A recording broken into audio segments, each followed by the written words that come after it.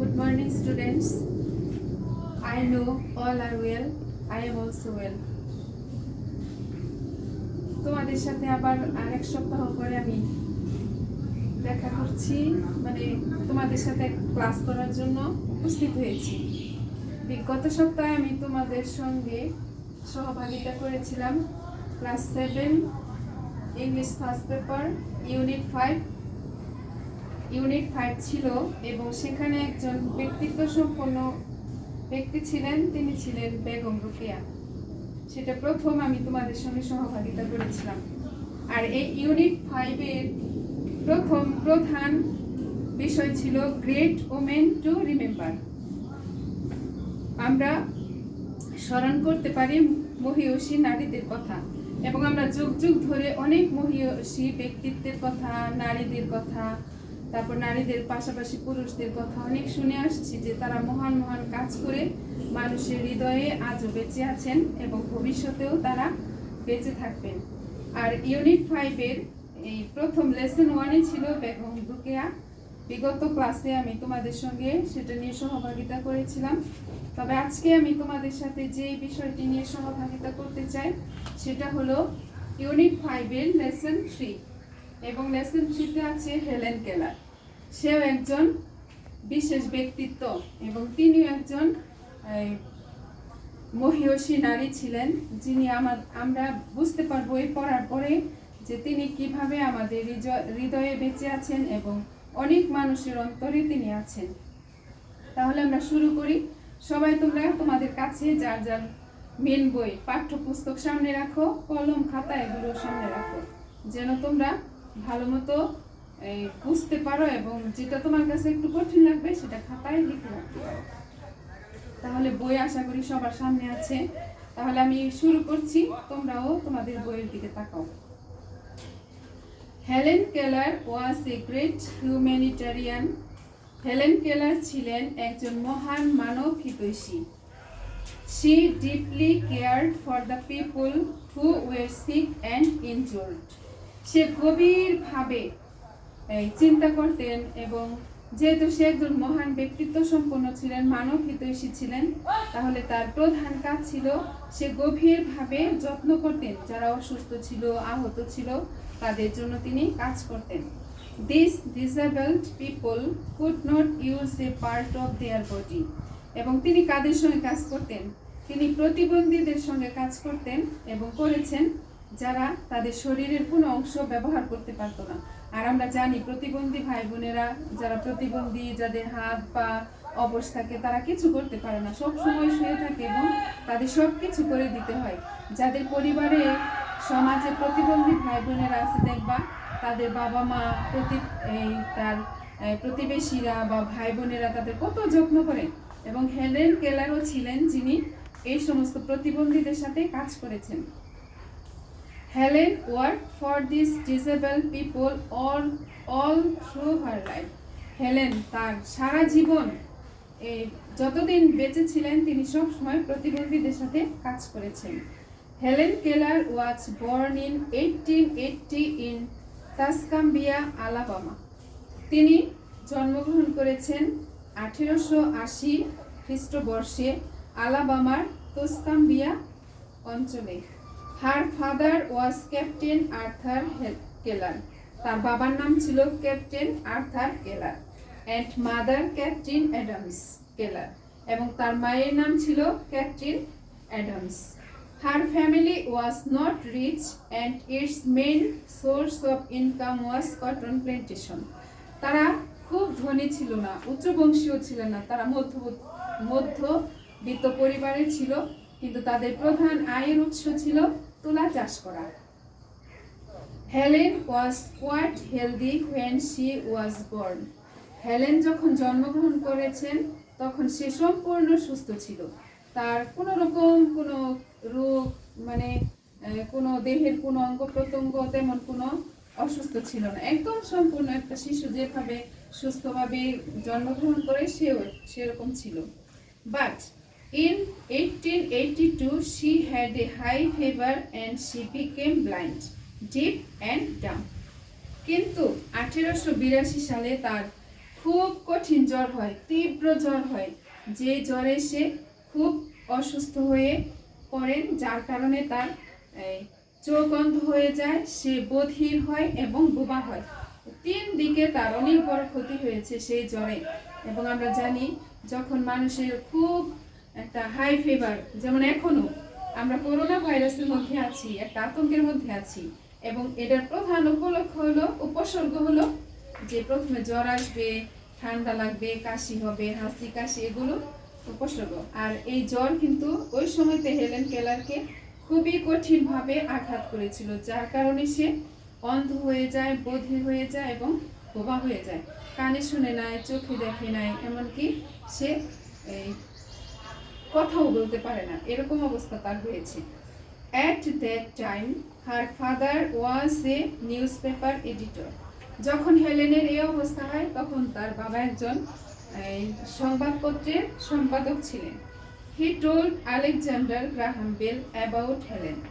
সেই সময় তার বাবা আলেকজান্ডার গ্রাহাম বেল নামে একজন লোকের সাথে তার কথা হয়, সাক্ষাৎ হয়। Bell the inventor of telephone, এবং এই গ্রাহাম বেল আমরা জানি সে টেলিফোন আবিষ্কার করেছেন। was working with deaf children that time. ওই সময় আলেকজান্ডার গ্রাহাম বেল সে বধির শিশুদের সঙ্গে কাজ করেছেন। এবং আমি আগেই বলেছি, আমরা এমন কোনো কিছু নাম শুনছি, দেখছি, এবং অনেক তোমরা আর অন্য সাবজেক্টও শুনেছ, বিভিন্ন ব্যক্তিদের কথা যারা খুব ভালো ভালো কাজ করেছেন, মানুষের জন্য কাজ করেছেন, যারা মানুষের জন্য কাজ করে আজও তাদের হৃদয়ে বেঁচে আছেন। Later, Bell met Helen and her parents.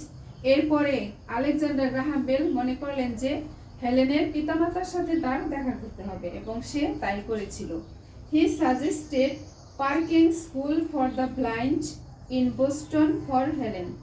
তিনি তার পিতামাতাকে পরামর্শ দিয়েছিলেন যে বোস্টনে পার্কিংস নামে একটা স্কুল ছিল, সেখানে গিয়ে তাদের সঙ্গে যোগাযোগ করতে, অন্ধদের জন্য সেই স্কুলটা ছিল।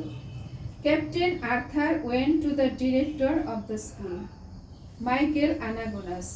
এবং ক্যাপ্টেন আর্থার মানে এই হেলেন কেলারের বাবা সেই সময় সেই স্কুলের পরিচালক, যার নাম ছিল মাইকেল আনাগোনাস, তার সাথে গিয়ে সে সাক্ষাৎ করে।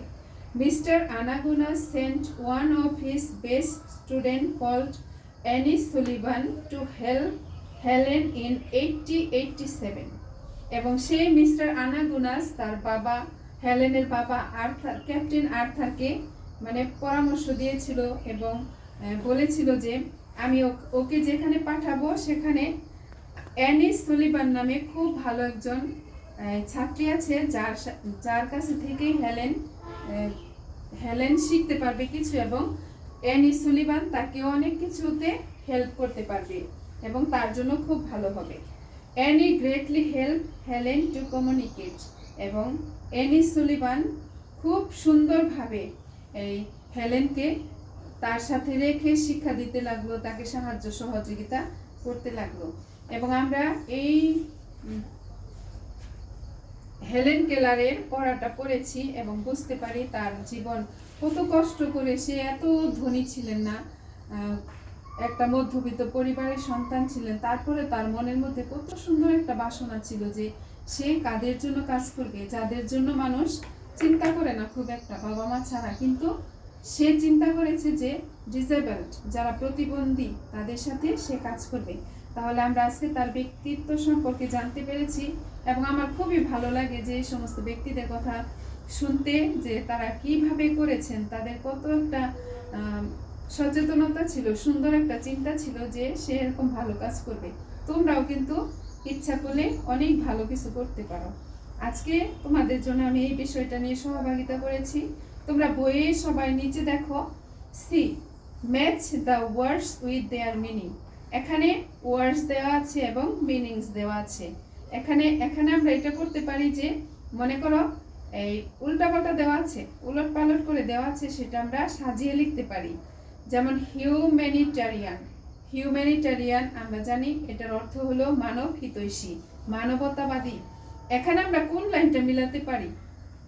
এখানে আছে যে অনেকগুলো 4টা লাইন আছে, কিন্তু এখানে আমি আমরা মিলাতে পারি যে unable to use a part of the body easily or completely because of illness injury etcetera.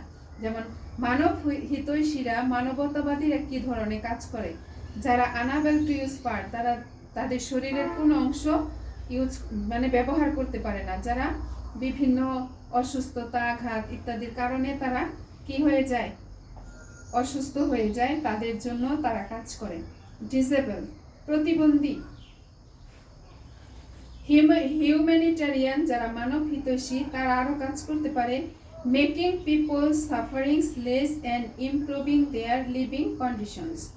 মানুষের যারা মানব হিতৈষী, যারা মানবতাবাদী, তাদের প্রধান লক্ষ্য হলো যে মানুষের দুঃখ কষ্ট লাঘব করা এবং তাদের জীবনযাপন প্রণালীর উন্নয়ন করা, যে তাদের জন্য তারা এই কষ্ট লাঘবের জন্য কাজ করবে এবং তাদের কিভাবে উন্নয়ন করা যায়, কিভাবে তাদের জীবনে উন্নতি আসবে, সেই হিসেবেও তারা কাজ করে থাকে। আর ডিসেবল তো বলেছি যে unable to use a part of the body easily or completely because or illness injury etcetera. অসুস্থতা আঘাত ইত্যাদির কারণে যাদের শরীরের অংশ বিকলাঙ্গ হয়ে যায়, যারা শরীরের কোন অংশ ব্যবহার করতে পারে না। Plantation a large area of land where crops like sugar, banana, etc. are grown. এটা হবে যে প্ল্যান্টেশন। প্ল্যান্টেশন মানে কি? প্ল্যান্টেশন আমরা জানি যে চাষাবাদ করা, যে বিশাল এলাকা জুড়ে যেখানে শস্য ফলানো হয়, যেমন সুগার, ব্যানানা, কলা, তারপর আখ, এগুলো উৎপন্ন করা হয়। আরেকটা আছে inventor, a person who has discover something. যে ব্যক্তি কোনো কিছু আবিষ্কার করেছেন বা বর্তমানে অনেক আবিষ্কারক আছেন যারা নানা রকম জিনিস আবিষ্কার করছে, যেগুলো আমরা নিজেরাও ভোগ করতে পারছি বর্তমানেও। তাহলে আমরা বুঝতে পারলাম এখন ওয়ার্ডস মিনিংস। ওয়ার্ডের সঙ্গে আমরা সে কোন লাইনটা হবে সেটা আমরা মিলিয়েছি। তারপর ডি নাম্বার দেখো, ট্রু ফলস। এটা পরীক্ষায় কিন্তু অবশ্যই থাকে, তোমাদের একটা সামারি দেওয়া থাকবে, সেখান থেকে প্রশ্ন উত্তর লিখতে হবে, তারপর ম্যাচিং করতে হবে, মানে মিলাইতে হবে, এরপর ট্রু ফলস ইম্পর্টেন্ট। এবং 5টা ট্রু ফলস থাকলে তুমি যদি কারেক্ট অ্যান্সার করো 5 থেকে 5 পাবে, কোনো এটার অন্য বিকল্প নাই। দেখো number 1, Helen always helped the suffering people. এটা কি হবে? আশা করি জানো, অবশ্যই ট্রু, কারণ আমরা আগেই পড়েছি যে হেলেন সর্বদা যারা কষ্টে আছে, বিভিন্ন রকম সমস্যার মধ্যে আছে, তাদের জন্য সে সর্বদা কাজ করেছেন। Number 2, she came from a rich family. এটা অবশ্যই ভুল, ফলস হবে। তাহলে এটা কারেক্ট অ্যান্সার কি হবে? Her family was not rich. তার পরিবার ধনী ছিল না। She was born blind, deaf and dumb. এটা কি হবে? আশা করি বুঝতে পারছো, এটা অবশ্যই ফলস। এবং এটার সে জন্মের পরেই তো সে অন্ধ ছিল না, বধির ছিল না, এমনকি বোবা ছিল না। তার একটা হাই ফিভার, প্রচন্ড জ্বরের পরে তার এই অবস্থা হয়েছিল। তাহলে এটা কারেক্ট অ্যান্সার হবে she got a high fever which she was blind, deaf and dumb. তার প্রচন্ড জ্বরের ফলে সে অন্ধ, বধির এবং বোবা হয়ে গিয়েছিল। Alexander Graham Bell was both an inventor and a social worker. এটাও আমরা বুঝতে পারি যে সে একজন কি ছিলেন? ইনভেন্টর, মানে আবিষ্কারক ছিলেন, এবং সে আবিষ্কারের পাশাপাশি সে বধিরদের নিয়েও কিন্তু কাজ করেছেন। এটা একটা সামাজিক কাজ ছিল তার জন্য। দেখো, একজন আবিষ্কারক হয়ে কত বড় টেলিফোন আবিষ্কার করেছে, তারপরে সে সোশিয়াল ওয়ার্ক করেছে, সমাজের জন্য কাজ করেছে। Annie Sullivan was a good teacher of Helen Keller. এটা অবশ্যই ট্রু, কোনো ফলস হবে না, কারণ এই হেলেন কেলারকে সর্বদা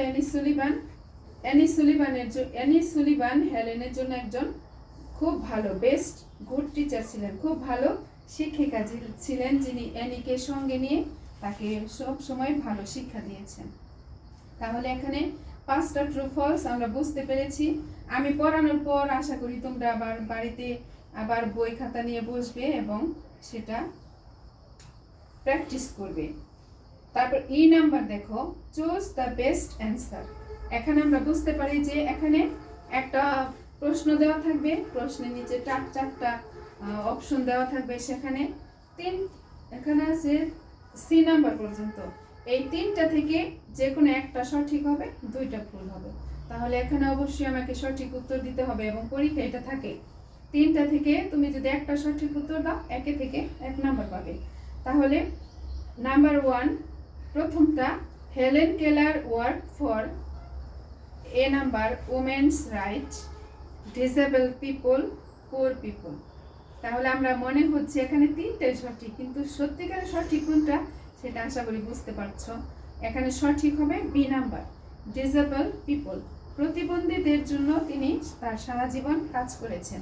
number 2, Alexander Graham Bell invented A number the mobile phone, B the internet, C the telephone. এবং এখানে আমরা পড়েছি এর আগে, এখানে অবশ্যই হবে the telephone. Bell also work for the people who could not, A see মানে দেখা, বি হিয়ার মানে শোনা, সি মানে স্পিক বলা। আমরা জানি সে বধিরদের, যারা কানে শুনতে পায় না তাদের জন্য গ্রাহাম বেল কাজ করেছেন। তার আবিষ্কারের পাশাপাশি সে এরকম ভালো কাজও করেছেন।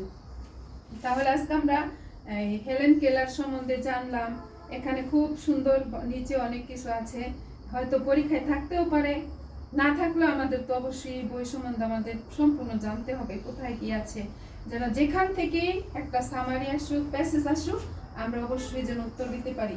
আমি শুরু করেছি পড়া, পরপর সব প্রায় পড়িয়ে যাব পরপর, এখান থেকে ইউনিট 5 শেষ করে ইউনিট 6, এবং তোমরাও আমার পরপর প্রত্যেকে বাড়িতে প্র্যাকটিস করবে। এবং তোমরা জানো ইংলিশ ফার্স্ট পেপার পাস করা খুব একটা কঠিন বিষয় নয়।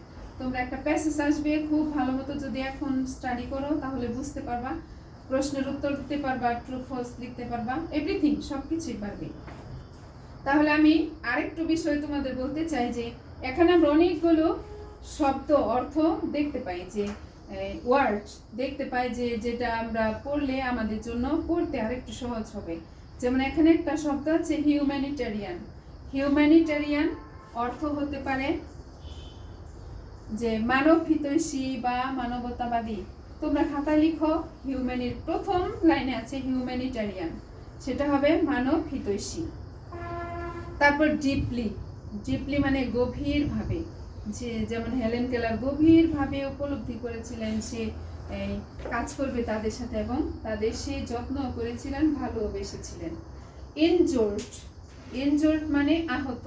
যেমন তুমি পড়ে গেলে তোমার একটা পা হয়তো ভেঙে যেতে পারে, মচকাতে পারে, সেটা হলো ইনজোর্ড।